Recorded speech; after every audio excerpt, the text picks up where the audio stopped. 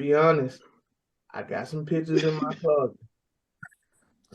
Somebody's aunt, grandma, teacher, college professor. Yeah. Yeah, man. What's up? Chris, no. Yeah, we went down together. We went now, Chris. Hey, you know, man, say. Got some Polaroids in the box. I got some Polaroids still. I have not thrown them away. I need to. But we safe now because the Freaknik was like a little bit, just a little bit above our age range. Yeah. So we safe. We safe. But if they decide to come, do that Kappa? H-Town. Do that Kappa? Oh, it's over. The Kappa Beach spot. Mm-hmm. Gonna be a lot of unsafe individuals. That's right.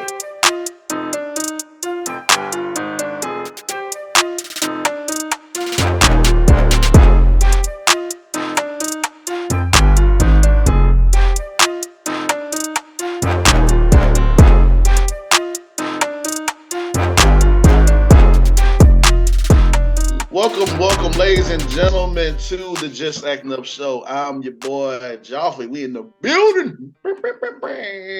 Yes, indeed. Let's go. What's up, Mr. Shay? How you doing? Doing great. Hello. That's good. She not in her car today, y'all. She not in the car, man. Mm-hmm. No car chronicles today. I'm inside. I'm not outside. I'm inside. It's hot out there. Do y'all know it's hot? It is hot out there. Mike, what's going on, Mike? What's up? What's going on? Good morning, good afternoon, good evening. Yes, indeed. All that and more. Then we got Chris. It's like he's in some excruciating pain over there. What's going on, Chris? You know how Peter, I'm kind of like Peter from Family Guy because I was like my coworker, right? He had, said he could run faster than me. I was like, man, I can run faster than you. And my grown adult self said, I'm going to race him. See, look. It was at this moment that he knew. He f***ed up. This video, people running, somebody fall. Yeah. Kind of hurts. I feel it all in my right leg, all down my shin, all to my toes. Like it hurt my whole right side. Who told you that was a good idea, Chris? Hey, back in my day, I was a superior athlete. I thought I could do it. But see, what happened was I was in church shoes, and see, that's why I messed up. I didn't have the right shoes on, and see, then I tumbled, and then that's superior.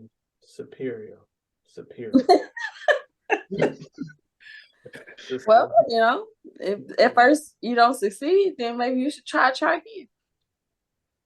Yeah, and not wear. I'm gonna wear tennis shoes next time. Yeah, get tennis shoes. Get tennis shoes, man. Man, we got a great show for y'all. We're gonna get Chris some Advil and some ibuprofen. All icy hot. Icy hot. I'm being gay. You said it right, something. Yeah, all that for Chris, man. We got a great show for y'all. Great guests. We're gonna talk about somebody. I'm gonna scratch my head on this one. I hope nobody sees a certain video that's gonna come out. Certain Freaknik. We're gonna talk about that later on.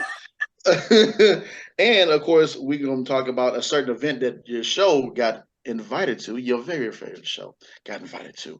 All that and more. Just Acting Up Show. Y'all stay locked in. Let's go.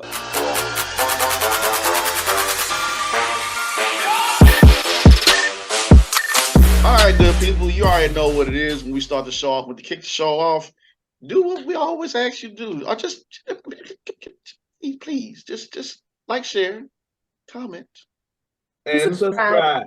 There we go. Amen. Yo, everybody. Yo, don't cost you nothing. It's free, man. And it's free. Somebody say free. Free. It's like that one. Free like that extra one, not the two. Not the two. Yeah, man. Like, share, comment, subscribe, and get. Like I said, keep sharing. Why do I want Popeye's biscuits all of a sudden? Oh Lord! Don't know why. And honey. You gotta It have popped honey. in my mind as soon as Chris said 2, not the 1. The 2, not the 1. I was not hungry, Tease. I swear, The 2 piece of the biscuit. well, I was not.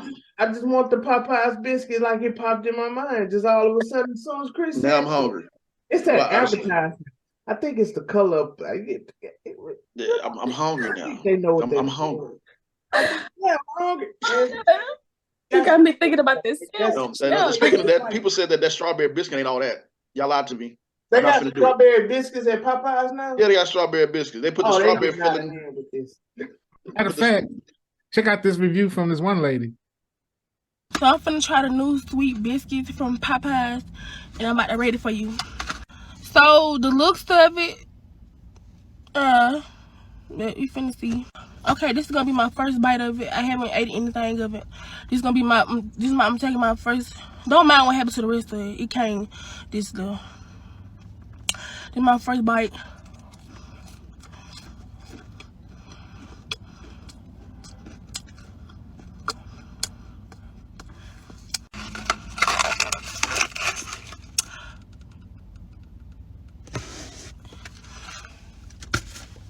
It went all that. I rated it 1 out of 10. We gave it a 1 out of 10. I just took my first bite, but it's only this much of a biscuit left. Somebody, it came like that. Don't worry. How you gonna do a review and all you got is a little piece left for the biscuit, ma'am? How? Oh my God. Too hilarious. Man. Too hilarious. That's how to use when we first get the biscuit. Ma'am. God damn it. Oh man, I'm hungry now. We had a corner left. Shout out to Popeye. We're gonna call her corner pocket. All she had left was a corner pocket of the biscuit left. Silly. Trying to do a review. Food reviews would go terrible. It came like this. It came like that, huh? It came like that. Next thing you see her biting this up. Straight terrible. Wouldn't even make it. I just tell y'all how it was. Right. Oh man, when you're hungry, you're hungry. So, but yeah, let's go ahead and get into this news, man. So the NBA playoffs is getting kicked off, man. Your favorite team? Did your favorite team make it through the the play-in tournament? If it didn't, well, hey, you have next year. Yeah. Sorry, that's just how it is, man. That's such is life, you know. Hey, yeah, such is life. Yeah, so we about to get to the NBA playoffs. Of course, our team is not in there. I'm just gonna sit back and laugh at the madness because I'm looking forward to it. And NBA playoffs is a time and moments when players say some stupid stuff, and like we gonna beat them, and we're like, okay, all right, just wait on it. Remember that one year Jason Terry got the tattoo of the trophy? Luckily, it worked out for him. He got a trophy. Remember that one year he tattooed the trophy on his arm? We was like, I don't know. Yeah. Remember that finals with J.R. Smith? Ooh, man. LeBron is like, and dude is like, I know. Sorry, I thought the time was no. So yeah, man, I'm looking forward. Yeah. What? I'm looking forward to the madness, man. Looking forward to the madness. Speaking of madness, I'm just looking forward to the snacks. That too. Who got the best chicken wings? That's the playoff tournament.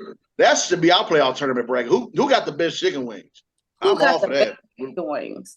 We already talked about Popeyes. So we're gonna say. So what's our options here? We got Buffalo Wild Wings. No. Wingstop. No. Yes. Yo, Wingstop is the GOAT. Brew Wings. Wingstop is the GOAT. I don't know about Brew Wings. Never had it. No. What about Big City Wings? I had Big City Wings. They pretty good. I had them before. Big City Wings is legit. We're gonna have to do a little something. We'll have to do a little something, and see what our followers think. Yeah, who we has should the do best that. chicken wings? Yeah, we should do that. That's the playoff tournament right there. That's the playoff tournament right there. And in other news, man, this right here, I don't know. Is it always got to be with the black people? Now, I'm not trying to dismiss the fact that this man has done wrong over some years. It's one of those situations where I feel like hey man, you had it coming, and whatever little thing you do, that's a wrap because we hear about it. Texas man was sentenced to 70 years in prison for spitting at police officers during a domestic violence incident. Yeesh.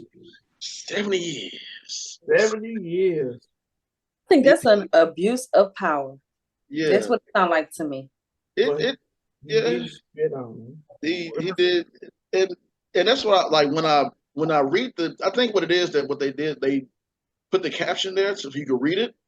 But then when they go down the line of things he's done over the years, it's one of those things where it's like, brother, you kind of had it coming to you out of all the things he's done over the years. But I think what they're doing is trying to get a rise out of us and everything with this topic. But don't spit on people, especially not the cops, and especially if you have a case. Yeah. Building against you. But I mean, still, 70 years is a bit much. That's a bit much. I mean, that's a lot. That's 70 years for some saliva. Like, yeah. First off, yeah, that's too much. That's too much. I mean, 20 years is too much for spitting on somebody. Yeah. I mean, 5 years, maybe. What all he? I mean, you have people out here killing people, and they're not even getting 70 years. So you're gonna get this man 70 years for this crime? You just don't. Yeah. The math didn't math right on that. The math didn't math right on it. Nah, that's what it is right there. And usually with domestic violence cases, yeah. Okay, from some police officers, when they get calls on domestic violences, I hear, it can go left or right with, hey, we're going to put them in jail for a little bit and let them go. I really think they need to start giving people some help with this domestic violence thing or something. But if it's too much, man, I mean, it's one of those situations where it's like, man, look, you can't keep doing this stuff, man. But it's one of those situations. Well, the thing is, when they come down to the domestic violence in Texas, that's like the number one, problem. Family violence. Family violence will get you in jail for a very long time. Yeah. So maybe I'm just saying, like 70 years for spitting, that's a lot. But maybe you gotta look at it and you gotta see everything that has, have occurred, and and that plays a factor too. You look at it like, damn, that's 70 years, but what has he done before then? Yeah. Because you'll be interested, because with these stories they give you that, but they don't give you everything. Then you start doing your research, it's like, oh, okay, yeah, all right. This is fifth time in court. Yeah. Now I see why. It's in your mind. You imagine like he just walked up and spit on a cop. All right, 70 years. Now that probably wasn't his first time getting into and getting in trouble. So, and then also too, family violence and domestic abuse in Texas, they do not play with it.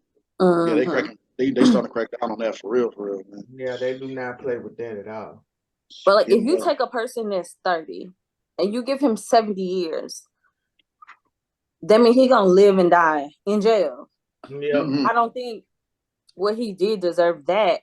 But I'm saying, like, let's say they gave him 10 years in jail and then like another 10 years on probation. You know what I'm saying? Some kind of classes that he needs to take, some kind of something to help get him mentally where he needs to be able to be a upstanding citizen. I think that's better. Rehabilitating his mind, his heart, rather than just sticking him behind bars for 70 years. That's a long time. That's just basically, you might well just put him in a box and kill him off there. I mean, 70 years? Think about it. 70 years.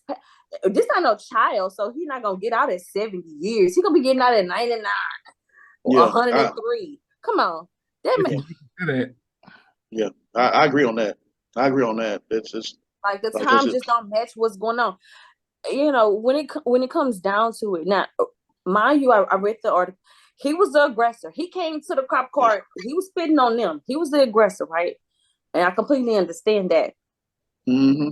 But just the time, that was given, it just don't match. Like, to me, I feel like a lot of the time that's given it's just too much. It's too much time.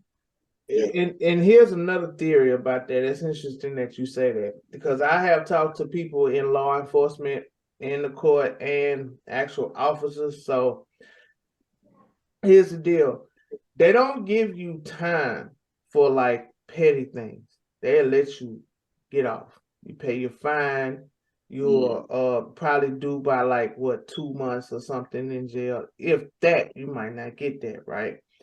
But they let it build up, because a person that spends 7 days in jail, that's no money. 70 years, that's money. They make money off of you every day. A very significant amount. And then here's the deal too, and I don't want to get into it, but it is the truth. But there are a lot of cop lieutenants or sergeants and even some prosecutors that have stock in jail, and this is in Harris County. And this is a fact.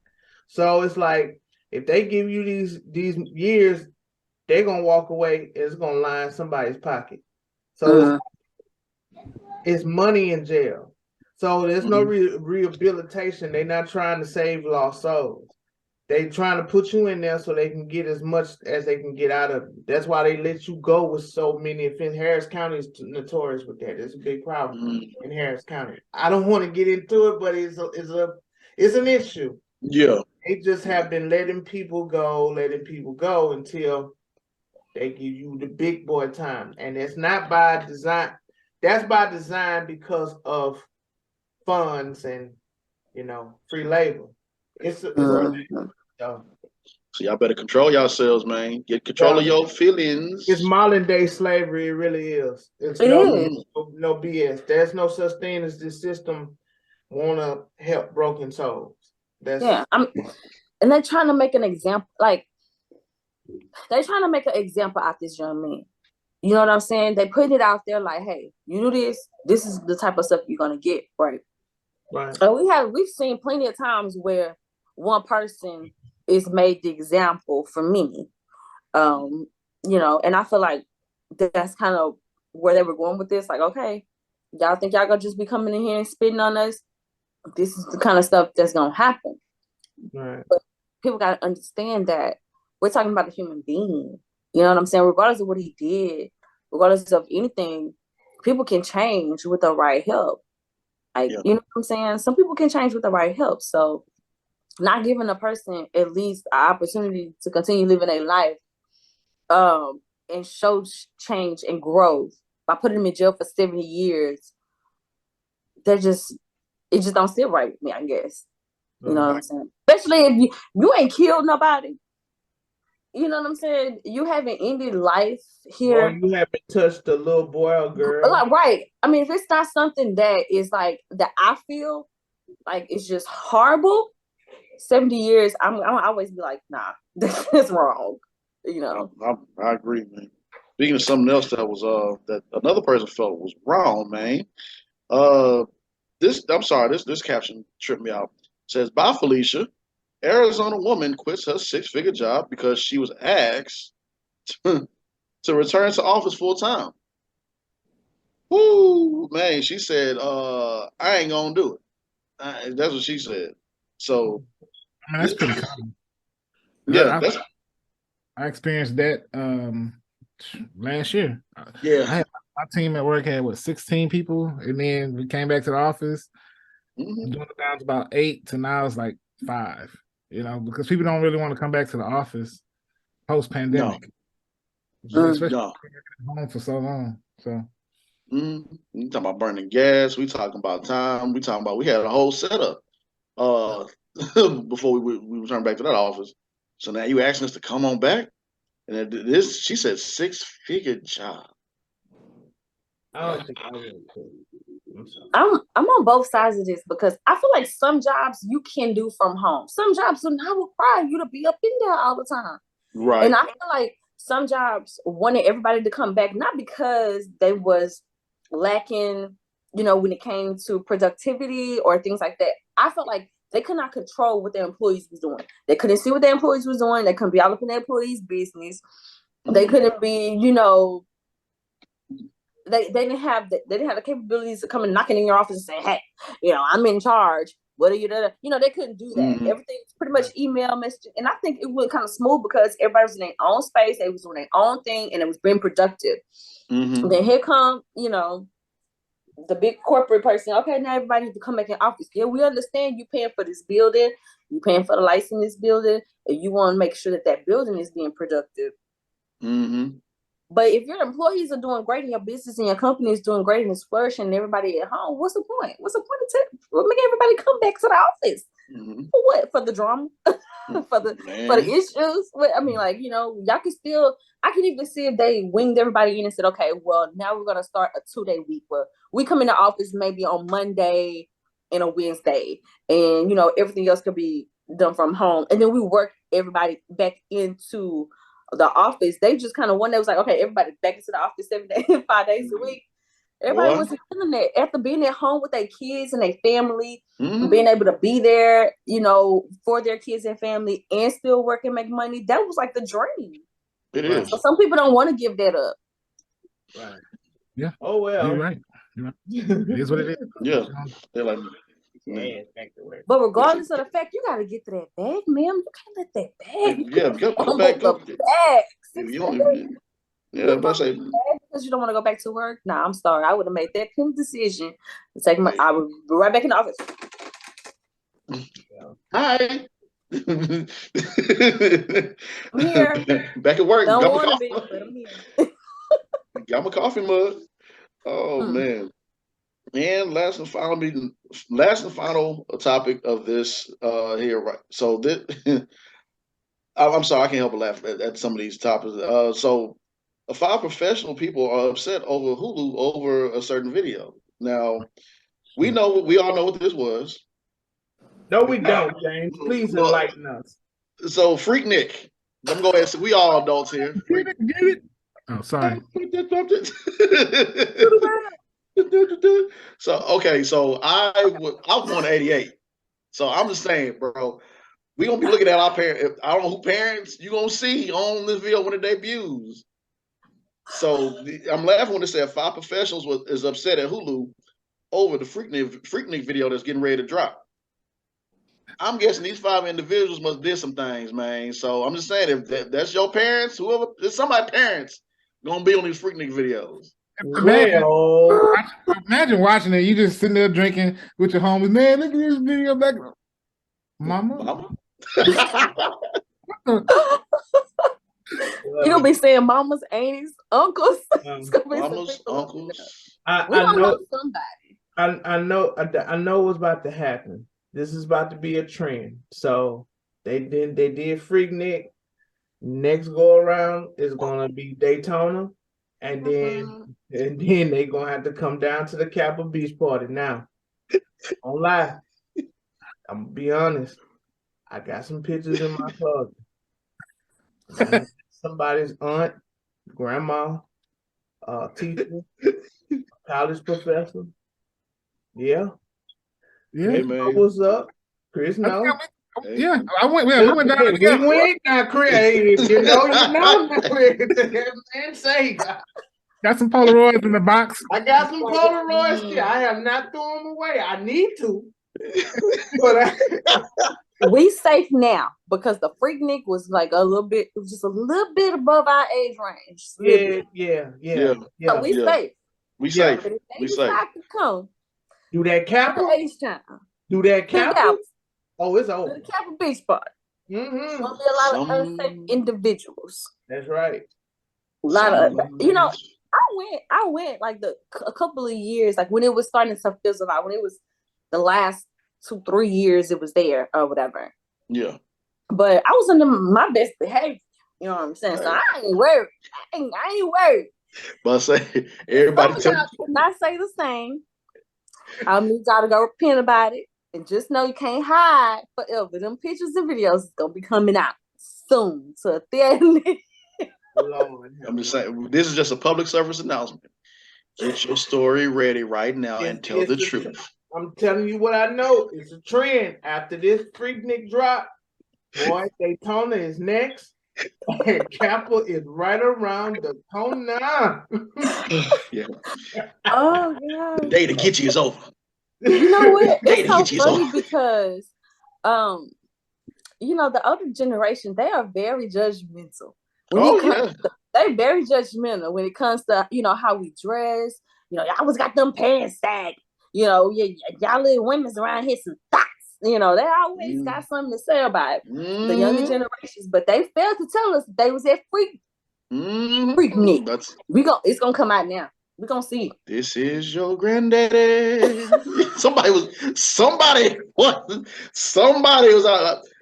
Hey, look, for my family, I'm gonna just when we go to the next man barbecue or whatever, I'm just looking at you like, We seen you, cousin Flo. Boy, Harris County is going to be explode. Let them do the Kappa. Man. boy. And we thought we were so grown after high school and open. It's going down now. But now you in your 40, man. You pushing 40. You almost 40 years old. I'm telling y'all, I promise. When it came down to Kappa beach party, the way them freeways were set up, all them cars lined up from here to there, I know it's some footage out there of some stuff that should not have been caught on footage. But you can't hide it forever. Nope. Pastor Randolph, Sister Mary Clarence, doctors. Dr. Stanley. Miss Mabel. The dentist. Principal Johnson. Everybody gonna turn into Morgan Freeman. That was a former life. Back in my past. Oh man. All right now. Come on, Chris. Come on with me. I'm glad I was in my best behavior, I think. Because I know they got a cop. Have y'all seen the picture? It's a cop, bro. Like I'm like, oh my God. Oh man. It's going down on Hulu. All right, ladies and gentlemen, we about to get into the Critics Corner and talk about some breaking news and all the TV trailers and TV shows. So y'all stay locked into the Just Acting Up Show.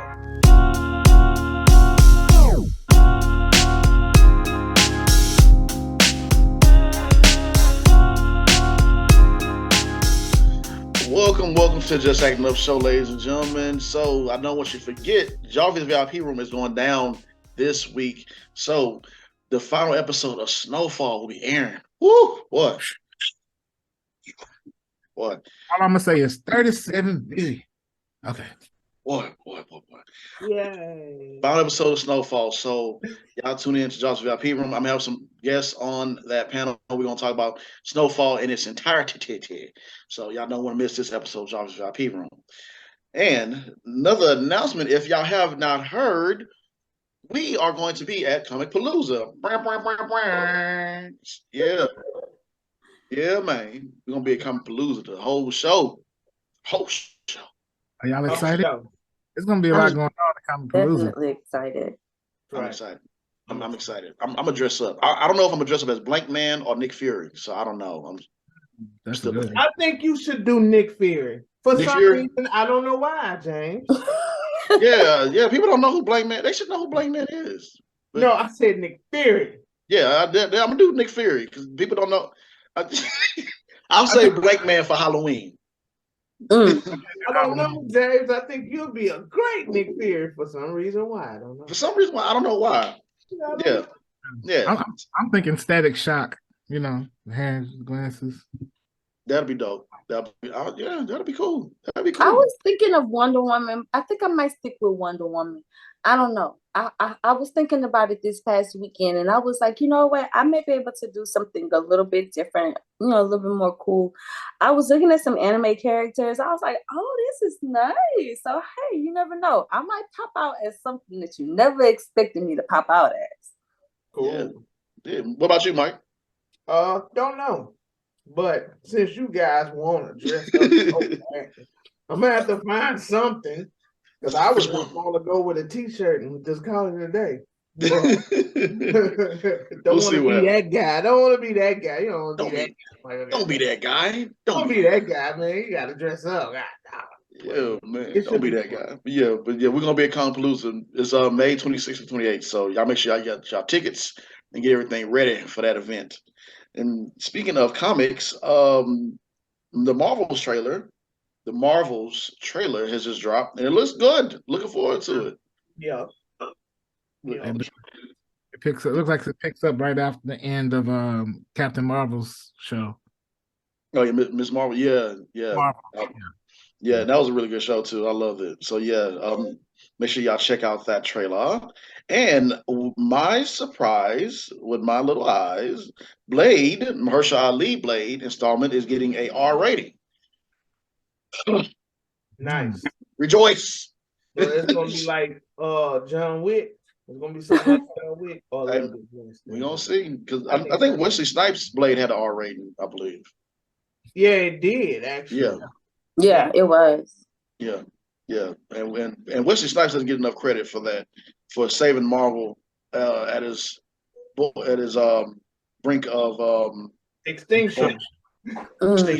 And I gotta say, I enjoyed Bllade 3. I don't know what the hate is so much about Bllade 3. I like Bllade 3. I stopped after that. I don't know why. You know what? Right. You watched the show? Yeah. I like Bllade. I mean, the first Bllade got me. So I don't know. I was always into like vampire stuff. Like, you know, I like True Blood. So I like vampire stuff. I don't know why. I don't know why. Don't quote me on that. Okay. But for real. And so oh wait, speaking of, do y'all know that there's a vampire association in Louisiana? We'll talk about that at a later date. But yeah. Anyway, I like vampire stuff. And so I like Bllade. I always have liked Bllade. So I watched all three of them. And I think he did really well with the movies. And I'm looking forward to what's to come. He did. I'm looking forward as well too. See what they damn do. Louisiana, boy, I tell you. We all got roots somewhere down there. Somewhere. Louisiana, I tell you. And oh man, speaking of another, so I went to New York late last year to see the piano lesson, the stage play. Beautiful, amazing play. Very talented. But they are actually going to be turning it into a film now. I think it's going to be produced by Denzel Washington. That's right there. I wish I could. Man, look, man, if there's somehow that we can be on that set, that would be so dope. Somehow, some way, because that would be cool. To see Denzel, Samuel Jackson, John David Washington, Corey Hawkins, I think is going to be in it. Ray Fisher's, so many talented people. And I think it's directed by Denzel's other son. I can't think of his name, but it's being directed by his other son. Ooh, that'll be dope. I'll be a maid in the background. I do not care. I just want to be on set. Sweeping. I'll be sweeping. For real, man. It was a really good play too. It was really good. Really. Do y'all need a broom? I'll be the broom. Be the broom. You just shouldn't. Yeah, man. So yeah, the piano lesson will be coming to theaters. So wait on that date. So we'll see what happens. Shout out to this guy. I don't know how this did not happen. Martin Lawrence finally gets his star on the Walk of Fame. So I'm gonna say about that, but let's just give him a clap because he deserved that star. What is y'all doing out there in LA? Can y'all please get these people their stars now while they here? I think that's not by design. I think they put an order in because they said something about they was talking about it. Yeah, you gotta pay for it because it's something what happened with Nipsey Hussle's star, and they was like, well, why he didn't get one when he was alive? But it's something with them themselves. They pay for the star. It's something like that. It's not selected. Put it like that. I guess they just I don't know how it works, but it's not what you think. I know Muhammad Ali's star is not on the ground, which is interesting. It's on the wall because he said he don't want nobody to walk on top of him. I don't know how true it is, but they's like Muhammad Ali's is not on the floor; it's on the wall. I didn't know that. Wow. I mean, however they do it, it's so many other people that I'm pretty sure that we think may already have a star and don't. you know, we need to get these people their stars, because they're definitely stars in our eyes, and they've been stars on our TV shows. I mean, on our TVs for years.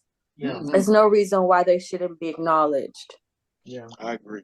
Totally agree. A few more things and we'll close this segment off. I'm surprised about this. I didn't know this was working, but this was going to happen. But Nicki Minaj is actually going to produce an animated feature that she's going to be a part of, an animated cartoon. So we'll keep an eye on that. So shout out to Nicki Minaj. You're going to be a cartoon character. But the Barbies. I know the Barbie. Yeah, no, still the Barbies. So we'll look forward to the Barbs. The Barbs. I like Nicki. Nicki go hard. I don't care what nobody say. Nicki, she's one of those female rappers that I have seen. She have been able to go with some of the best guys on some of their songs and outdo them. So I mean, she's so talented in so many different ways. Like, have you ever heard her do her different voice impersonations and stuff like that? She's amazing. So like, I could definitely see her doing, you know, some animated shows. Like, I'm proud of her. That's pretty dope. I agree too. I look forward to seeing that. You can't. I mean, sometimes you got to find something different to do than rap or music. There's nothing wrong with her transitioning into doing that. And like you said, I can see her doing some cartoons. That's gonna be fun. And also, two last things. The Wolverine is cancer free. Hugh Jackman came out and stated, you know, he had dealt with some skin cancer and he was dealing with that for such a long time. And I know everybody said, but he looks so physically fit and everything. Hey, look, you know, this evil, horrible disease does not discriminate. It don't matter how fit you are or whatever. When it comes for you, it comes for you, man. We just pray and hope that, you know, you can get through it. So it's good to see that he said that he's now cancer free. So yeah, very good actor too, very talented. Speaking of cancer, I seen this article about a young Black woman that you know, she's working on a cure for cancer. I'm gonna bring some more information about that article that I seen maybe next week. But it was really amazing. I want to shine some light on that. Yeah, please do. We need to hear more stories about that. And last but not least, to finish this segment off, prayers for Jamie Foxx. Ooh, man, got the news at the end about that. Everybody was holding their breath on this one, man. So, you know, continue to pray for Jamie Foxx and his family. We already know, everybody knows who Jamie Foxx is. Everybody loves Jamie Foxx. Man, talented. Got an Oscar for Ray. He's that triple threat: sing, act, and comedy. And then on top of that, we was on his production, Hip Hop Family Christmas. Yep. So without him, we wouldn't have had a job. I wouldn't have been able to pay my rent that time when I quit my job. So, yeah, man. Yeah. Shout out to Jamie Foxx, man. Yeah. Like, what's the first thing that comes to y'all mind when somebody say Jamie Foxx? Like the very first thing that comes to your mind. The Jamie Foxx show and the Jamie Foxx show. What about you, Mike? That he's from Dallas. Yeah, and he used to play football in some high school in Dallas. Somebody I knew went to school with him, and they had stories about Jamie, and he was funny back then. So, yeah. Big Chris. Oh, this is your conscience. Remember that comment? That comment? This is your conscience. Yeah. Oh, and also he was in that "Don't Mess with Texas" commercial. I don't know if y'all remember that. That's when I found out that Erykah Badu is from Dallas. I didn't know that. Yeah. So I got a soft spot for anybody that's from Texas, you know. The first thing that pops into my mind when anybody say Jamie Foxx is his song "Unpredictable." Like, I always knew that he could act, right? Like, we've seen him. But when he put out that CD, I was like, this man is so talented. Yep. Like, nobody was expecting for his CD to do what he did. I mean, there's still songs that's on there that I still listen to now. Like, and "Unpredictable" is one of my favorite songs. Mm. Period. So Yeah. I'm just hoping that everything is good with him. Everybody say your prayers for Mr. Jamie Foxx tonight. Yeah. Mm-hmm. Definitely. He's recovering, right? He's at home, huh? Oh, he's Mm-hmm. I think he's hospital. he's recovering though, definitely. Yeah. Aneurysms are nothing to play with. I mean, that's one of the only things that, it's really hard to find if you have one, because it's not really a lot of symptoms that'll tell you that you have an aneurysm. So maybe next week we can touch on some of those, things that we could, put out there to maybe help with aneurysms.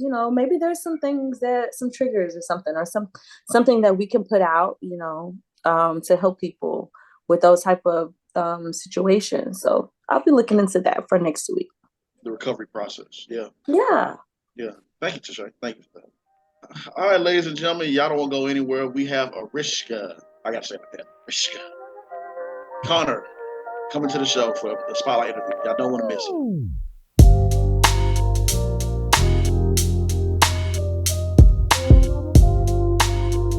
All right, ladies and gentlemen, the Just Acting Up Show has a special guest here in the building. We have Miss Arischa Connor. Hand clap. Applause. I got the name right.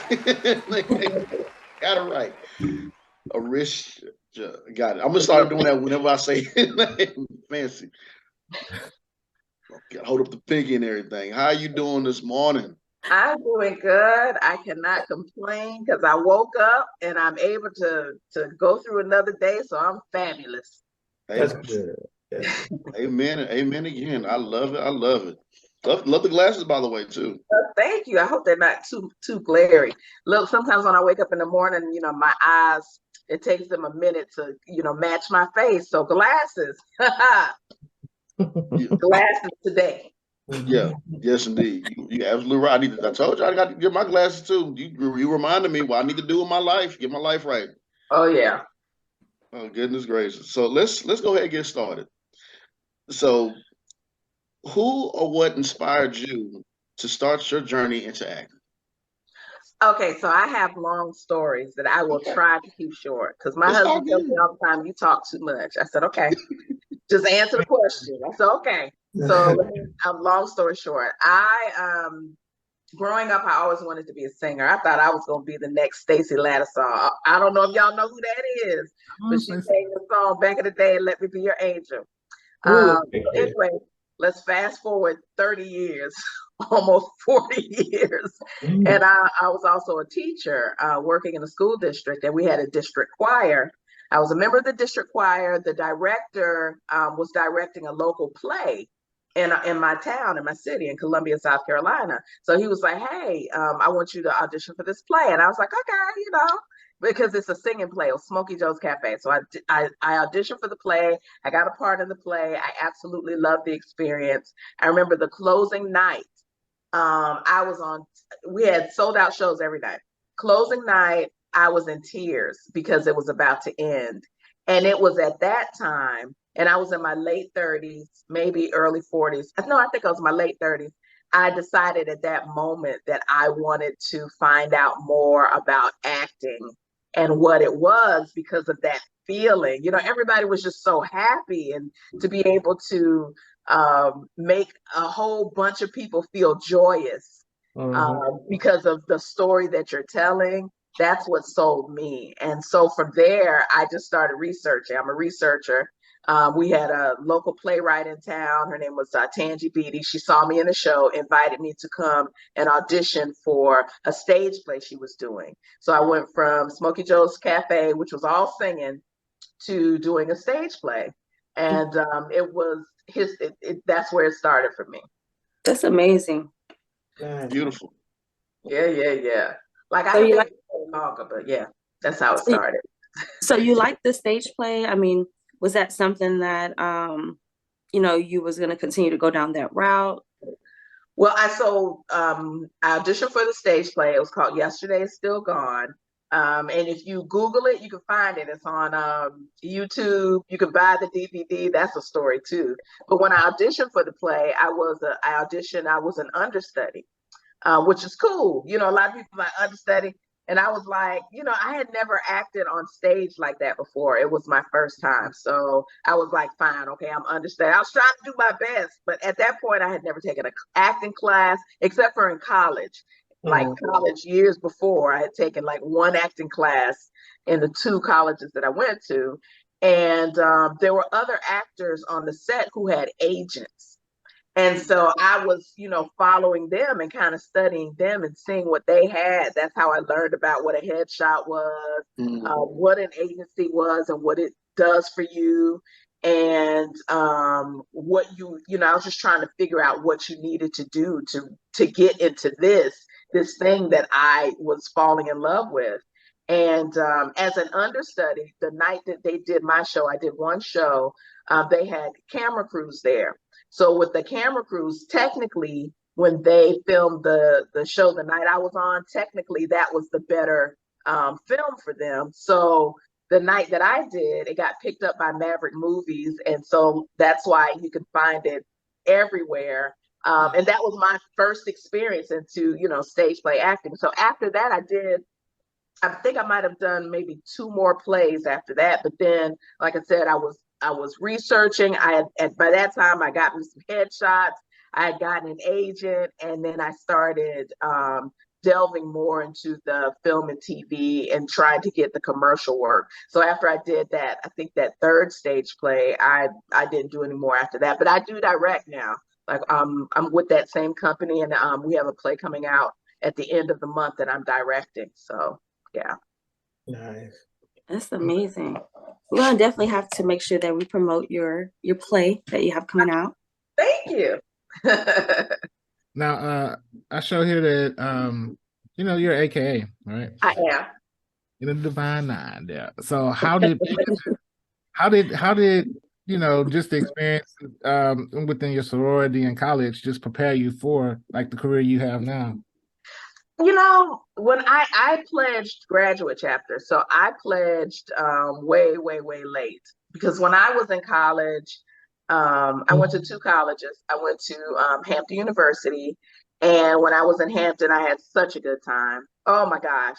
I was on the band. I was singing in a jazz band. Y'all, I was supposed to sing backup for Aretha Franklin one summer, but my grades were so bad. My dad was like, no, you are never going back because you ain't doing your work. Eventually, I was academically dismissed after 4 years of just having a good time. And then I went to Claflin University. So everything was at a standstill for me. I couldn't have pledged if I wanted to when I was, I did not pledge grad chapter. What am I talking about? I couldn't have pledged if I wanted to in Hampton. But when I went to Claflin, I, you know, got my life together. That's where I pledged. I'm in a graduate chapter now as a member. I'm an active member, but I pledged at Claflin spring '95, the 13 Sassy Sisters of Savoir Faire. What's up, girls? My sisters. But you know, I think especially with acting, I think that any experience that you have from birth until present day can be used in your experience. And I say that, I'm going to say how one thing came full circle for me. Not only do I act, a part of my acting is doing audiobook narration. And I narrated a book. Oh my goodness. I can't remember the name of it right now, but I narrated a book. And that book was about 4 friends who met at Hampton University. And so the book referenced, there's this thing in Hampton called Ogden Circle. And it says, if you walk across Ogden Circle as a freshman, you won't graduate. And I walked across Ogden Circle as a freshman. So it's just all of the experiences that you have in your life, you know, in your mind, it's like a Rolodex that you can pull from. So being a member of a sorority, being on a choir, whatever your experience is, I feel like, especially in acting, you have to, you know, pull from those experiences in order to authentically portray whatever character you're portraying. Like, for example, I used to work in the summers. My father's a dentist. He's still a dentist in Florence, South Carolina. And I used to work as his receptionist in the office every summer, during the summer. When we couldn't find a job, my dad's like, y'all gonna work. So I worked as a receptionist. And what's cool is when I did Dope Sick, which is an Emmy Award-winning show that was on Hulu. When I did Dope Sick, I worked as a nurse. When I walked into the office the first day on set, I was like, oh, wow. It reminded me of being a receptionist in my father's office during the summers when I was in high school. So I just feel like all experiences can help with, in the career that I'm in now, in acting, audiobook narrating, acting, film, TV, commercial, all of our experiences. So AKA is a big part of my experience, but I can also pull from that. And yeah, that was I love that movie. Well, it was a TV show, a miniseries. Yeah. Yes, I love that movie. Michael Keaton and everyone did a good job. Now let's go back to you when singing. So you sing as well too, right? I do if a little. You want to be close to Aretha Franklin, so you obviously know how to get down. With that being said, what do you do on your downtime? What do I? That's a good question. I'm trying to think of what my downtime is. What'd you say? My husband is, I hope you didn't hear him. Get out of my interview. His handle was IG. Because I listen, I'm a phone person. I'm on my phone all the time. And I try, I have like things that I like to do. Like I have ukuleles. I have 4 of them. I've got a soprano, concert, baritone, and a bass ukulele, because I used to talk about bass ukulele all the time. My husband bought me a bass ukulele. I was taking ukulele lessons. So like when I'm not like watching TV, because I love TV. If I'm not watching, you gotta love it if you want to be on it. I love TV. I love going to the movies, y'all. Movies is like, I love going to the movies, going to the theater, eating some popcorn and some corn dog nuggets. So if I'm not watching TV or on Instagram, as my husband says, because I do like Instagram, I like to watch the videos. And I'll play my ukuleles. I was taking classes. I love to play when I'm out, if I'm able to drive to a set, I'll take my ukuleles with me and keep them in the hotel sometimes and just, play. And then I work with Wow Productions, which is a theater company here in my local city. I help with the acting classes and, getting together with their plays. I will support in some way. And they have a show that's on Tubi, Secrets in Plain Sight. Like I helped with casting with that, and I helped with second AD. Just keeping busy in some realm, but it's all centered around with me saying it now, I'm like, oh wow, everything is centered around entertainment, because I just love it. I just love creative adventures of any kind. So nice. I love that.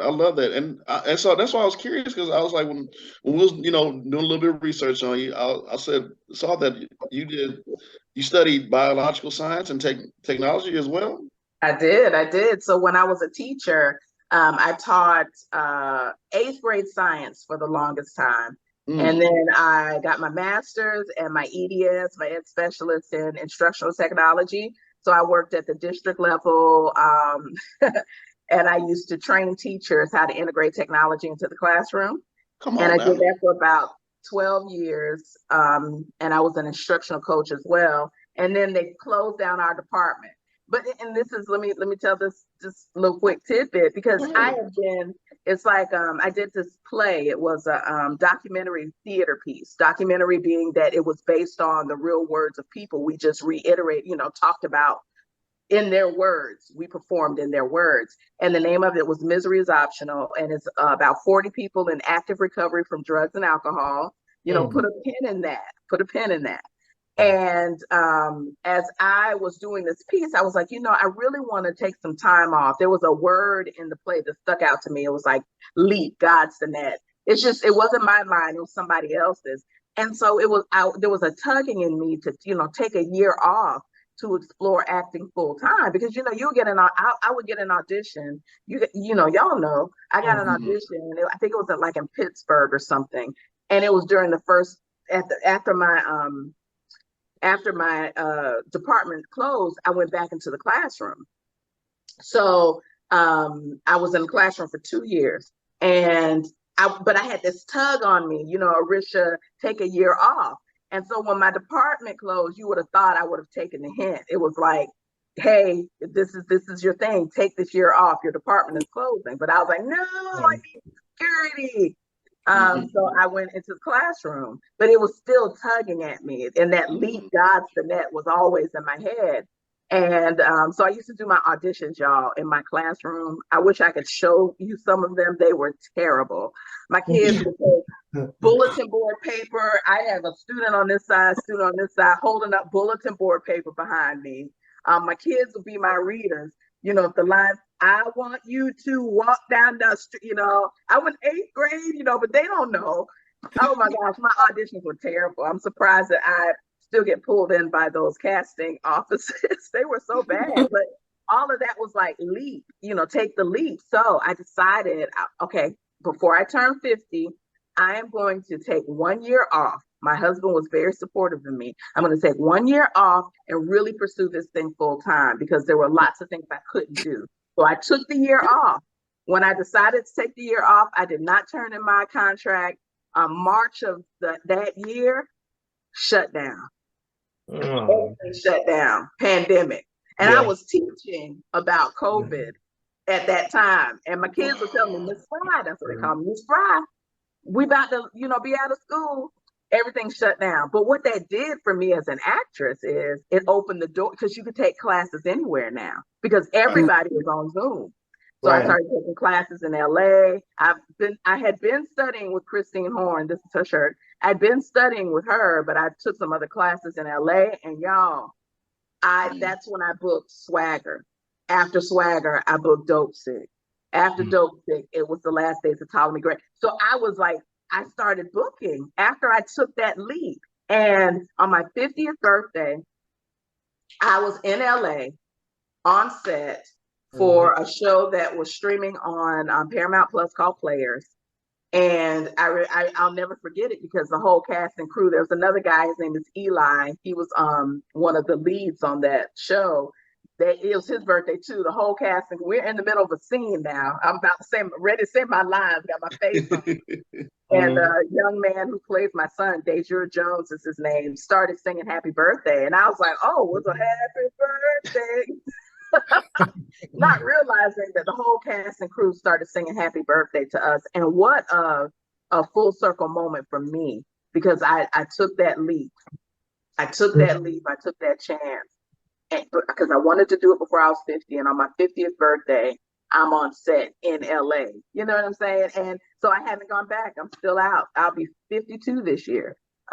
Still doing it, still kicking. I hope I answered the question. Yeah, definitely.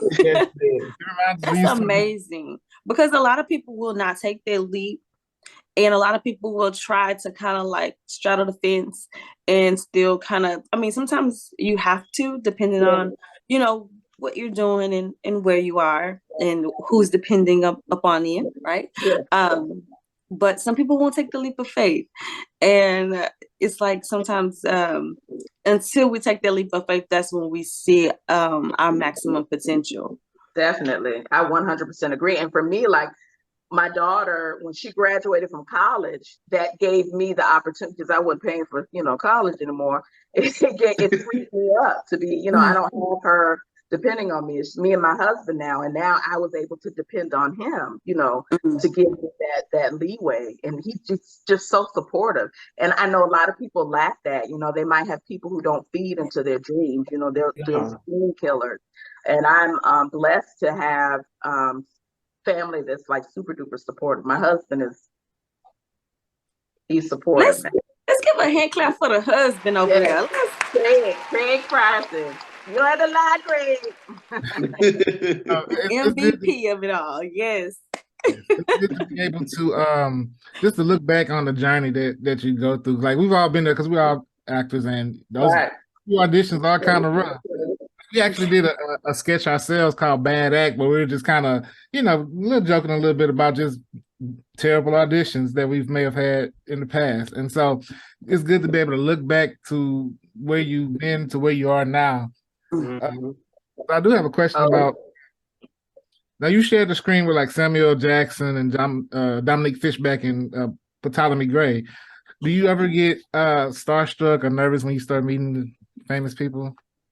Now, I'll tell you, Samuel L. Jackson is my favorite actor. And he's my favorite actor for a lot of reasons, because like when he first started, he was like, put me in this movie, put me in the, he was like getting all that experience. And then he's such a strong character anyway. And the way that he is, when we see him, that's just the way that he is. So but when I was on set, because my scenes in Ptolemy Gray are with him, and when I was in Dominique Fishback, and when I was in Bats Bradford, Martin, I think his name is Martin Bats Bradford. He's amazing too. But when I saw Samuel L. Jackson, I was a little nervous. I was. But he was talking, like there were a lot of background extras in those scenes, but he's talking and making everybody feel comfortable, making everybody laugh, and that was relaxing. And I'm standing at the table, like between sets, before they say action, I'm standing at the table, he's talking, Martin is talking, Dominique is talking, they're just, just talking. I'm standing there like, this is Samuel Jackson. Okay. And then he said something. He talked about what his favorite movie was. And then I kind of, got into the conversation a little bit myself. And he's just he was just really nice and really open. He's approachable. And it made it easy for me to feel comfortable, because he's just very approachable. Like there was this one scene, there was a line and they were having a discrepancy over my line. He was like, listen, honey, just say ABCD and we're gonna do that. All right, move on. Y'all ready? We ready? Baby, you ready? Let's go. Just makes you feel really comfortable. And it's the same thing with Michael Keaton, like, because I've been watching him, growing up. Watching all his movies, but he was very nice too. Like he would come over, hey Arischa, how you doing today? Are you reading a book? What you reading? Oh, okay, that sounds real nice. Yeah. Sounds real good. You're just having conversation, and it feels like that was a moment for me, like an aha moment, because we're having these conversations, even with Will Poulter. We're having these conversations off set, and when we go on set and the cameras are rolling, it's like an extension of our conversations. It's like us just continuing to have a conversation. We're just, okay, we have a character name now. We're really ourselves having a conversation with this character's name attached to us. So yeah, it can, I'm sure that it can be like, oh my gosh, but when you're working with people who make you feel comfortable, it just makes you feel like you're at home and you're in the right place. True. And that impression of Michael Keaton was spot on. It was. I haven't too long watched one of his movies that he did called Spotlight, and I swear that sounds just like him. Right, I'm telling you, it's just to hear them talk. Like even Samuel L. Jackson, like y'all, Samuel L. Jackson is a trip, but just to hear him talk, y'all, and then start talking on screen, it's just like, they're really authentically being themselves in this, just in different circumstances. Yeah. It's funny too that you were in the film with them. We had another guest on here that was in the same film as well too, and I didn't get a chance to meet him, but I was like, I went to New York and I saw him and a handful of others in the piano lesson. And you're absolutely right, because like I'm just sitting there, I'm looking, I'm like, I'm watching a play with Samuel Jackson. But it's like everyone are like, they're just like really, that whole play was just amazing and phenomenal. And I love seeing everyone in their element. So I'm like living through you, how you are on set. Just like, wait a minute, I'm right here with Samuel Jackson and all these people. So I know that was amazing. Oh yeah. And then you just realize, there are people just like me. Now, I'm sure that there are people, I've not had the experience where I've ever met someone on set who was like really mean or not nice. Right. I have been lucky, I guess, because I've heard horror stories, but I've never had a bad experience with anyone on set. Yeah, same thing with us. We haven't had any experience like that. I know it's coming, but you know. I'm not receiving that for myself. It's always going to be great. I It's don't coming. see that. You say, don't speak that over here. So talk to us and tell us. So now you say you direct as well too, right? Huh? Then you said you direct as well too and teach as well.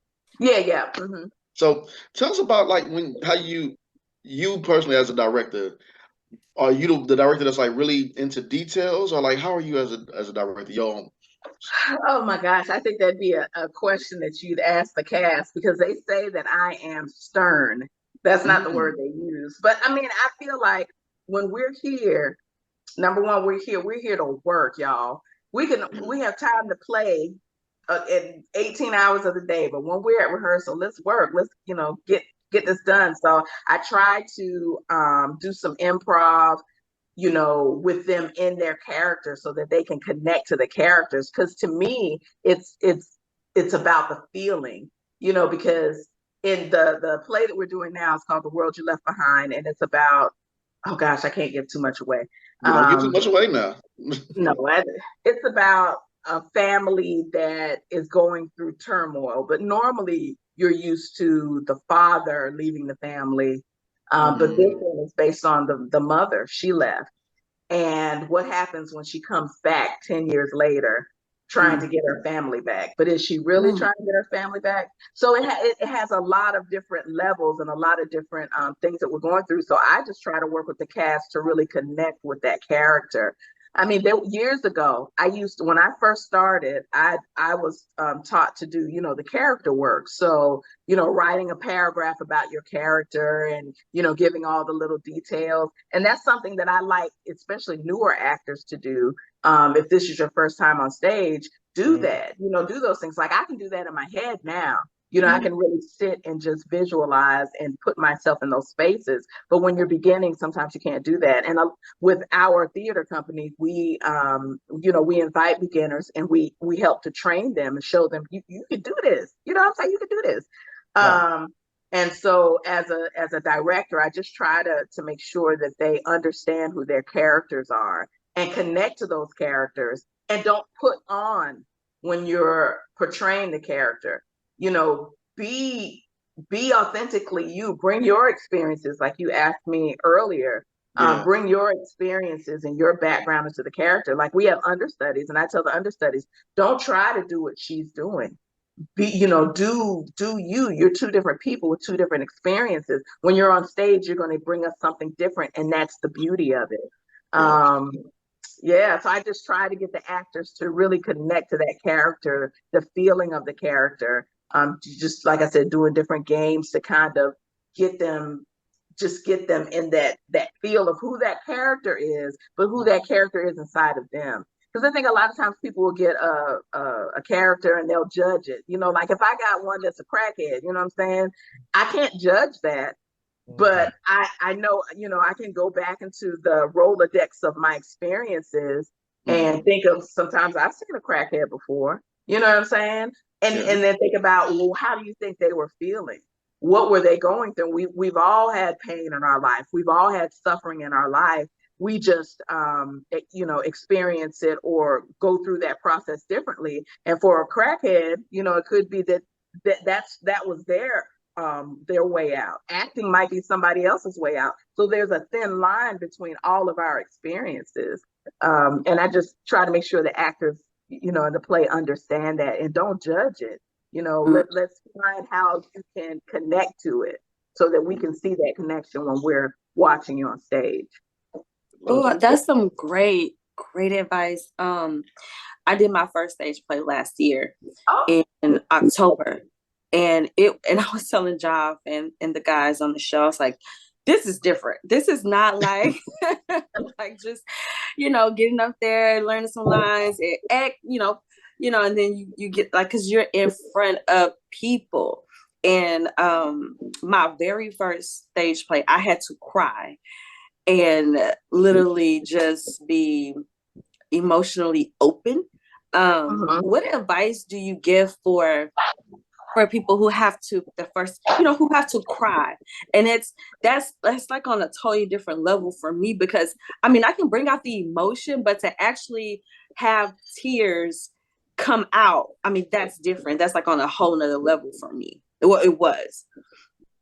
To me, there are so many different strategies that you can use to connect and be emotional. Like, it was a block for me for a minute. And like I said, I keep saying Christine, because Christine was the person who, one of the people, I think she was one of maybe 2 or 3 people that really helped me make a breakthrough in my acting.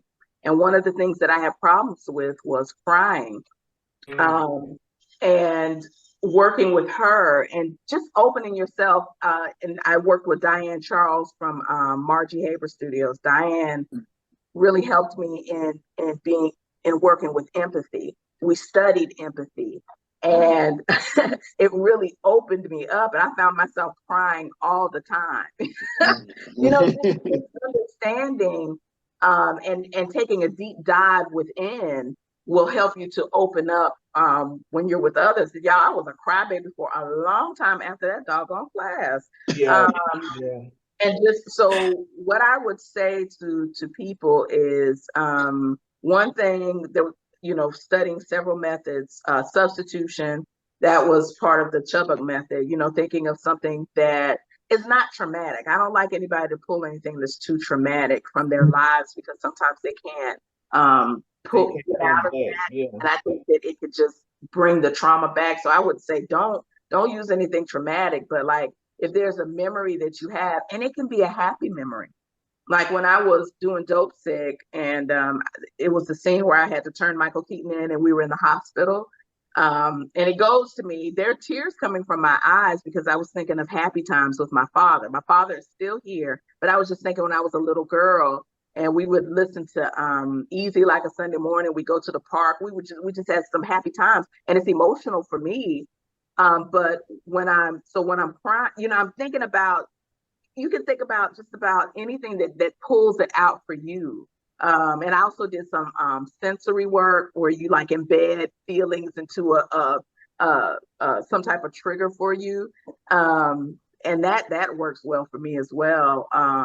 But there's just so many various methods out there. But number one, if you really, really, truly connect to that character, and you've done the work on who that character is, and in that moment, you lose yourself so much in that character that the moments on that stage are real for you and that character in that moment, that feeling will come. It will come out. Like, I did a stage play. I was playing a woman who's my husband had passed, but me and my best friend had been best friends for 20 years. But I found out that she slept with my husband, and her first child is actually my deceased husband's child. And so in those moments, like when I'm talking to her, like I could bring that emotion, because I could, it was like she was my friend. You kind of, look at their face, and like, over the course of time, you were my friend, just embedding those thoughts in your mind and those feelings. So I was able to do that because I was like, you're my friend, and so because I was like so into the character, and I knew her, and you do little things.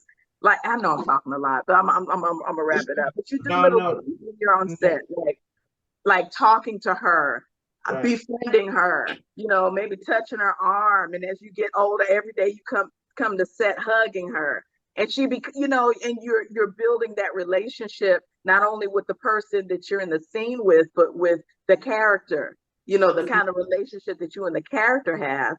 And over the course of all these weeks that you're rehearsing, you get on stage, it just feels that more real.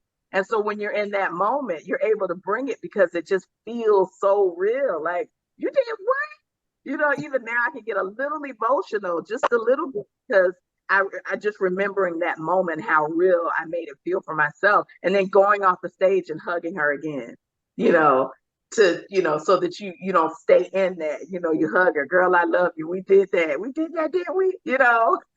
Yeah, I totally agree with you with the act, because I had to cry on the scene, but I went to the traumatic side, and I'm like, I got it, I'm good. You know, they said I did a good job. I was on the high, but then the next day I was supposed to go to work. I didn't go back to work till 3 days later. You know, it hits you like, wow, like, Yeah. so that's good methods to use other than that. Yes. Those doors are closed for a reason. And you know, but what I wanted to ask you, one more question. Someone approaches you and asks you, what is acting to you? What is your response? Acting to me is so many things. It's able to tell the stories of those who are underrepresented, because there are so many stories out there and we don't see a whole lot of our faces, but we have stories too. And when I'm able to tell a story from a perspective, even if I'm the only Black person on that set, I'm telling that story from the perspective of a Black person. You understand what I'm saying? So it's just to be able to tell the stories of the underrepresented, number one.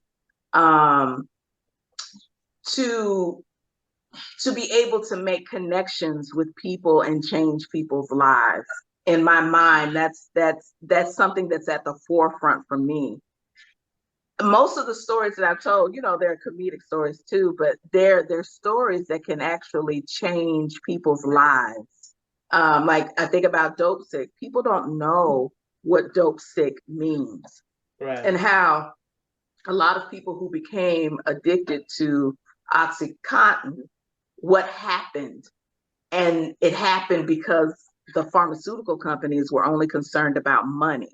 Yeah. So it opened people's eyes to what that really meant. To be dope sick didn't mean that they were just addicts. It meant that that drug made them so sick that in order for them to try to make themselves feel better, they got more of that drug. That's what dope sick means.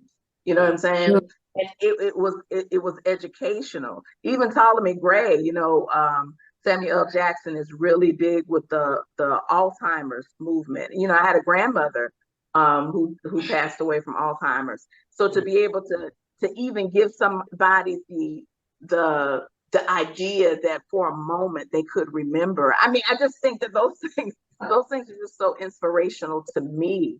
And so to be able to tell stories that really touch people's lives. And when I watch movies, y'all, I love Marvel movies. One day I would love to do a Marvel movie. I remember going to see the one where, you know, Thanos does the snap. Y'all, when I walked out the movie theater, I was mad. Yeah. But that's what a movie does. It takes you away from the madness or the sadness or whatever is going on in your life for 2 hours, 3 hours. It's like you're taken away and you're not thinking about that. You're actually in, you know, that movie. That's how when I watch a movie, I'm in it. You know, my mouth is open. And my husband's looking at me like I'm crazy, but I'm so in it. And for those moments, you're able to just escape whatever is going on in your life. And I love that ability to be able to do that for other people. I love that ability to be able to allow you to escape for a moment and really feel and become a part of a story. That's what I love about acting. Beautifully said. That's amazing.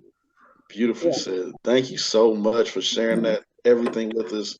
We really appreciate you. We gotta get you come back on again too. Okay, listen. Let me tell you. I got my first lead role in a movie. It's a Christmas film. That's all I can say. It hasn't been released yet. So when that comes out, if y'all want bring me back, please bring me back, because I would love to talk. It was the best experience. I would love to be able to talk about it then. I just can't say nothing about it right now. Right. we know how that is. We know. Most definitely will reach out to you during that time, during Christmas time as well too. Oh yeah. You have been a joy. You have been a treat. We thank you for being vulnerable and sharing your story with us. And most definitely we'll have you come on again. Oh, thank y'all so much. And let me say, I wish each one of you success. Continue to be your wonderful, authentic selves.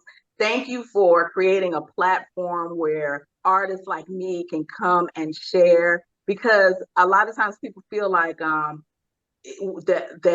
they don't know what to do, where to go, or how to go. But when you have a group of young people such as yourselves coming and bringing this knowledge and allowing other actors, you're opening doors for people that you probably don't even realize. So y'all, I'm getting emotional now. I told you, she opened that door. Trying to make me cry over here, man. Let it come on out. Let it come on out. We appreciate it. Just know you are appreciated. Thank you for having me. I am just thankful, and keep doing what you do. Thank you. Thank you.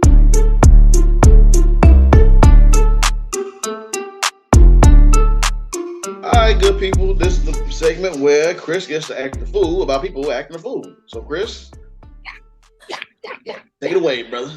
Oh, I'm practicing my samurai skills. Let's get this over with, Chris. I mean, I don't know why. I mean, it's gonna be the best, enjoyable, most funniest part of your day. But anyway, so we're talking about a fight that broke out, right? It was a samurai sword fight that broke out in Brussels when a game of Monopoly went wrong. The trouble reportedly started in the forest area of the Belgian capital at about 5 a.m. on a Sunday when the residents became annoyed by 4 people playing the board game on the pavement outside their home. A man came out of his house, apparently brandishing a stick, and got into an argument with Monopoly players. And a report says that the resident's son then came outside armed with a Japanese samurai sword in its holster. During a scuffle that followed, the katana sword became exposed after the sheath was allegedly removed by one of the Monopoly players. And so the player tried to grab the katana sword and remove the holster. The son tried to get it back. Police said it's thought that the son and one of the Monopoly players were injured by the blade. And the police did confirm that 2 men were taken to the hospital. The Monopoly player was later discharged from the hospital. The resident's son was said to be in a life-threatening condition, and both men were also arrested. So, yeah. It's real in these Monopoly streets. Oh, boy. People don't understand. Monopoly is the one game where it can turn good friends into good enemies. Monopoly does that to you. It do. Because I'm going to buy up the most expensive street. And every time you pass through, bring me my money. I will lose because I never got it. Oh, man. I know Monopoly, they hit me up actually. They with a big opportunity. I wanted to share that with y'all. They want me to help them design a new version of the game. So I thought about it, and I guess I'll give it a go. Get it? You pass go. Go to jail. Do not collect $200. Not collect $200.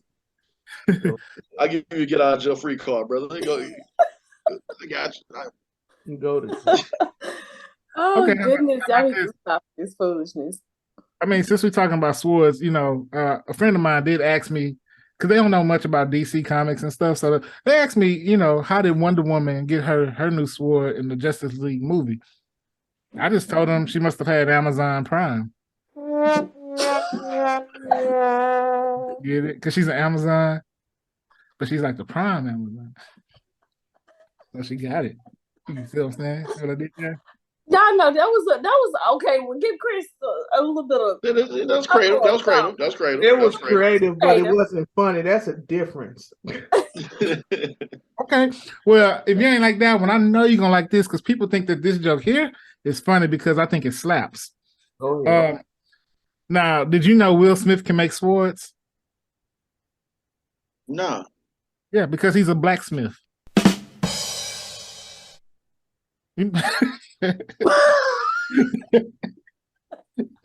Michael left the building. I mean, come on, that setup was the joke does slap.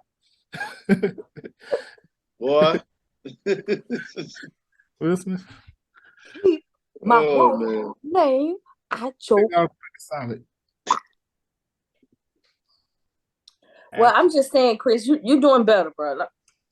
Oh, No, he's progressively very bad. Oh, that Will Smith, you thought about that yourself. I can tell. I can tell you thought about that one yourself. Right. Good comic never tells. Yeah. All right. Huh. All right. Well, there you go, ladies and gentlemen. That was Chris's joke. In a rim shot. Nice. Oh, I'm man. trying to figure out how old was this son with the samurai sword. That's what I'm like. Game of, what are you doing? What's he doing? Where was he going with his sword? Where are you going with this? Leave my daddy alone. More serious. Boy, I tell you, mess with, if you hold on, here you go. If you F around, you're gonna find out. So, I saw a video where Ended a up- dude tried to be like the Fruit Ninja. You remember that? You know the app Fruit Ninja? Yeah. boy, Cut all this. I said, boy, you got to be, man. Play around with them stores if you want to. They be sharp. You They cannot be they sharp. be sharp. You cannot play with them swords. Like, wait, I mean, they're called samurai swords for a reason. For a reason, I know, right? They're not play toys. But I'm saying I would have been proud of my son. I'm outside fighting 4 people with this monopoly. My son come out with the sword. Leave my Naruto.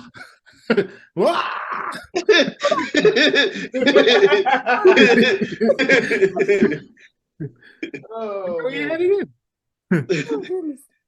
Right. But I would think it'd be too long for him to pull it out. You know, you gotta pull it out. You gotta be able to stretch that arm out to get it out. He probably had a little complication. He practicing. He's practicing. He's ready. He's been waiting for this moment his whole life. All right, ladies and gentlemen, we are going to get into the balancing act. We're going to talk about something serious for a little bit. So y'all won't go nowhere. Stay locked into Just Acting Up Show.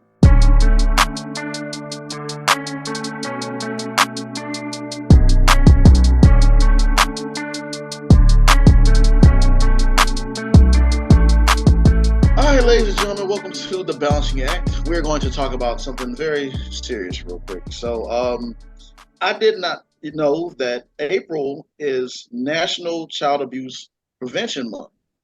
Now, I'll go ahead and say this. I know there are some kids who do need whoopings. We know there's some that you have to discipline a certain type of way because that's the only way that, well, I ain't gonna say that's not the only way, but some you do. You do. But we do know that some things can go a bit overboard, and then that's when this takes place, or someone that is abusing a certain kid. So I get it. Yes, we do need a month like this.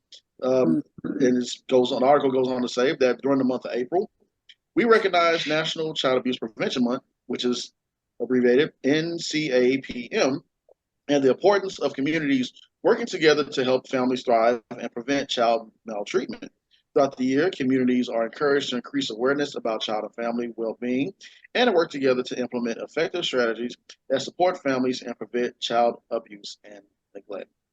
So yeah, it's a very serious topic.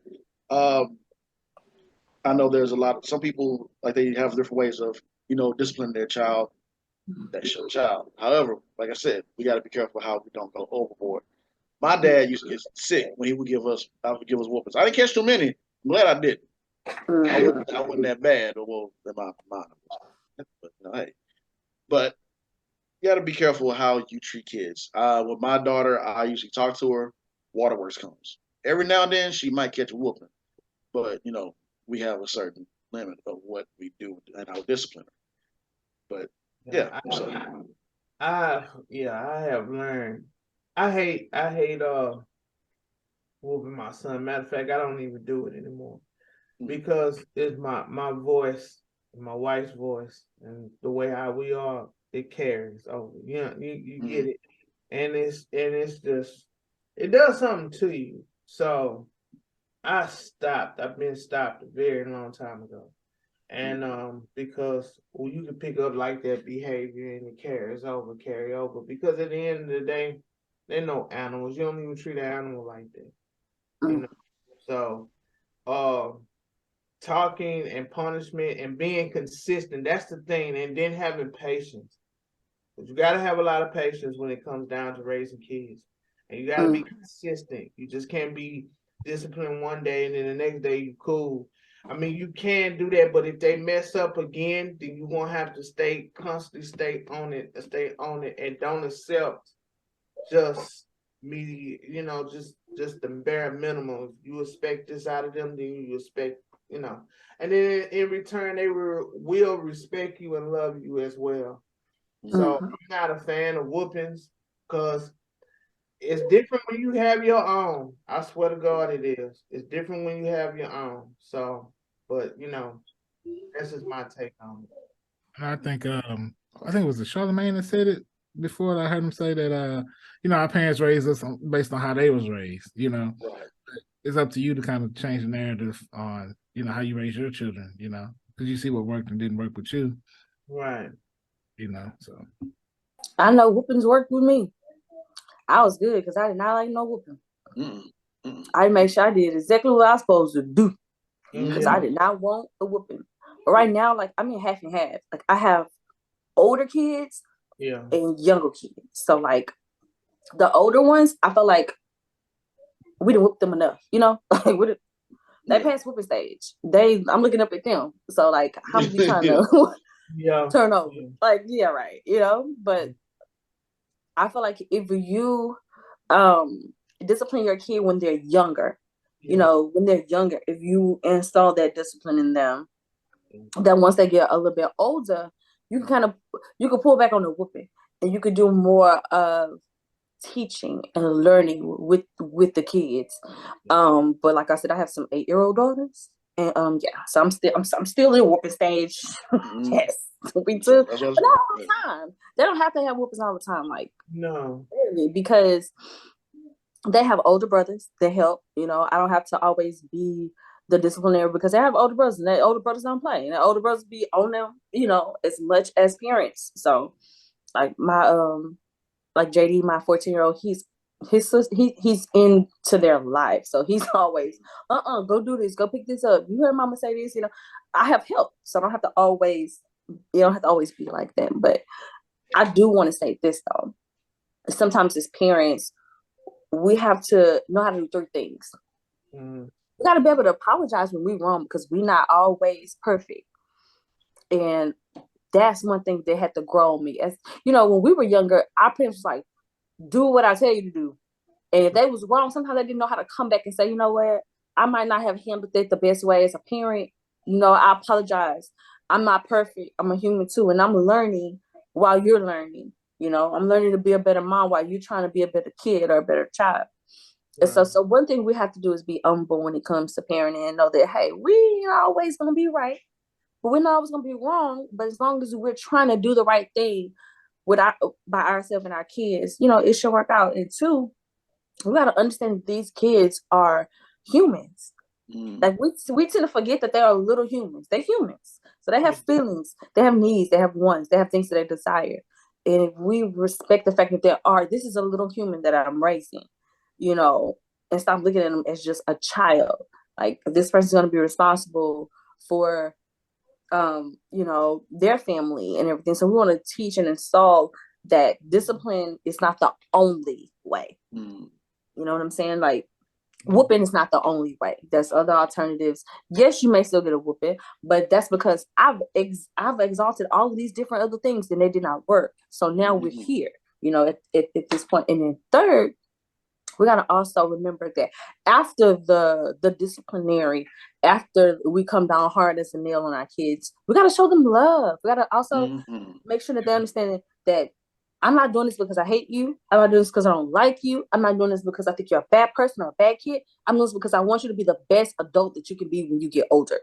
So I got to teach you these lessons. Yeah, it's hard. I'm a parent. It is hard to be that disciplinary, but we have to do these things because we're responsible for how you turn out. So as long as we keep those little things in mind and know that, hey, these kids, when they get older, they gonna tell us how we did as a parent. I know when I got older, I told him, I was like, I remember when you used to that was wrong. You know, as an adult, you can come and you can tell your parents. So no, everything we doing right now, it's gonna hit us in the face later. So we want to try to do the best job by our kids. They're our future. You know, the older I get, the more I understand my parents and how I was raised. You know, if they keep living, hey, you understand, you learn. You're like, oh, that's why they. Yeah. And like I tell my son, boy, the biggest lesson is gonna be life. So you don't hear what I'm saying now. Your lessons, life is gonna give you the biggest lesson. So, you know, you just gotta be there for the babies. Yeah, you know, I'm starting to tell my kids, you know, especially my boys, like, okay, God's trying to teach you a lesson. He gonna keep trying to teach it to you until you get it. And you know, it's just like this lesson is gonna come around several times until you understand what is trying to be taught to you. Like, you know. And so, you know, I tell them, hey, you can learn it the easy way, or you gonna learn this lesson the hard way. But either way it go, you gonna get the lesson.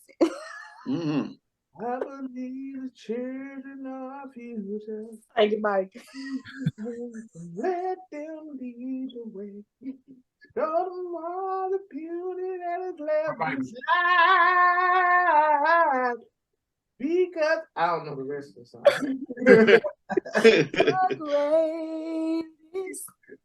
Yeah, come on. Girl, you come on. Yeah, we do that. Okay, let me stop. We get the signal right there. We do. We love the kids. We love the kids that just acting up. And we just want to say, parents, we know it's hard, but stick in there.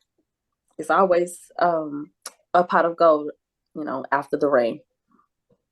Amen again. After the rain, go ahead, man.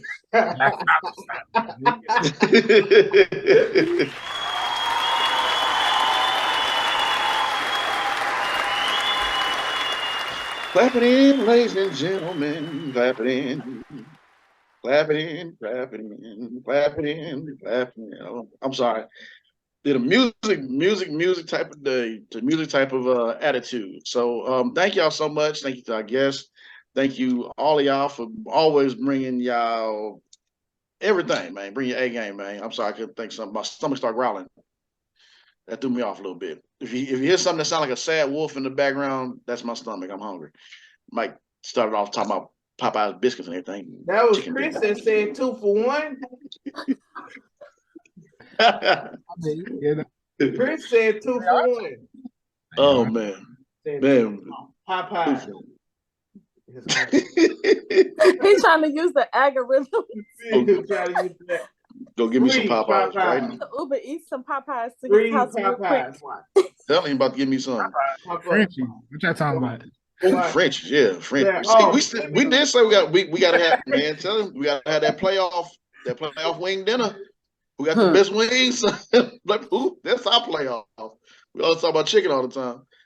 Oh man. So anyways, man, but thank y'all again for tuning in. Mike, Tashay, I got anything to say before we get up out of here? All I'm saying is I'm glad Easter over. Who Lord. No, that's right. You got little small ones. You had to dress them up. Them days is over with. Me and my son was right here in this house. Well, the Easter egg hunt. Yeah. Out there putting them Easter eggs out there. Yeah. I can't believe our parents had to do this. I know, right? I did it last year with my nieces. I said this year I'm good. Got that hot sun. Wait, what age did y'all start wanting Easter egg baskets? I kind of still do want one, to be honest with you. I love the love. I don't know. Those Easter egg baskets. You know, those baskets probably got a little Hennessy in it now, though. Yeah, I want an adult Easter egg basket. Put a gift card. Yeah. A pint of Tennessee whiskey. Listen, shout out to my aunt, the best aunt in the world. Now that I think about it, she put money in the eggs, and she made us stand outside in my grandma's house And me and my cousin, while they was placing eggs, and they had money in there, bro. You know, all around the house, had like $20, $10, $1. Well, me and my cousin, it was Royal Rumble in there. What? Royal Rumble. As soon as they say y'all come in, boy, we boom. The screen, you know, you hit the screen door, boom. Oh man. Oh man. Chris, take us away, brother. Take us away, brother. Take up one idea, make that one idea your life. Think of it, dream of it, live on that idea. Let the brain, muscle, nerves, every part of your body be full of that idea, and just leave every other idea alone. This is the way to success. Yeah, nice. I like that. Yeah, food is a way to my stomach. I'm about to get some. Man, God bless y'all. That's a good idea. It's time to eat. All right, y'all. The guys are hungry. Bye, y'all. Have a good one.